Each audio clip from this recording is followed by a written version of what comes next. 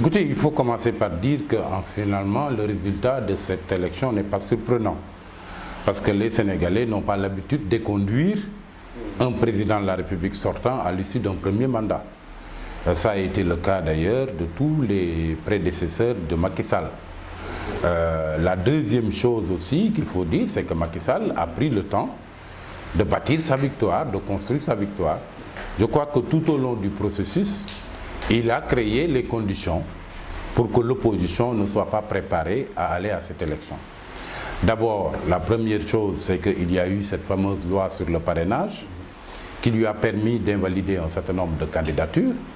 Il y a même Moustapha Cissé Lo qui n'a pas sa langue dans sa poche et dont on connaît le franc-parler, qui a eu à dire que si Karim Wade et Khalifa Sall, dont les candidatures ont été invalidées, s'étaient présentés à cette élection, il n'est pas sûr que Macky Sall puisse passer.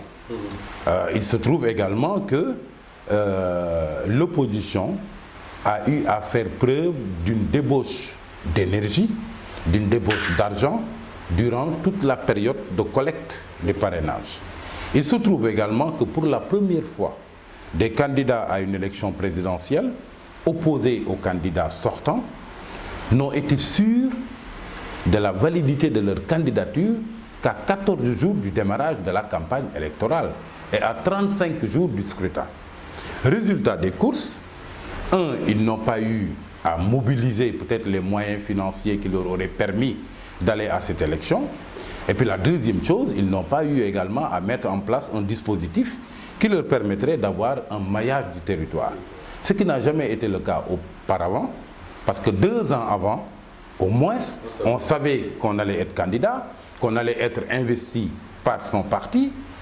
On se débrouillait également, soit au plan national ou au plan international, pour un peu avoir les réseaux d'amitié qui vont vous permettre de rassembler les fonds de campagne. On pouvait également avoir la latitude de faire un maillage du territoire, ce qui n'a pas été fait. J'ai même eu une révélation d'un responsable de IDI 2019 qui dit qu'en fait, sur les 14 ou 15 000 bureaux de vote, il y a 8 000 bureaux de vote où la coalition IDI 2019 a été absente. Ça veut dire quoi? Ça veut dire qu'ils n'étaient pas du tout préparés, ni en termes de moyens financiers pour leur campagne, ni en termes de dispositifs à mettre en place pour un maillage du territoire et avoir des mandataires partout. Et il n'est pas étonnant que finalement Idrissa Seck, même s'il parle de confiscation de la volonté populaire, n'ait pas eu à faire recours.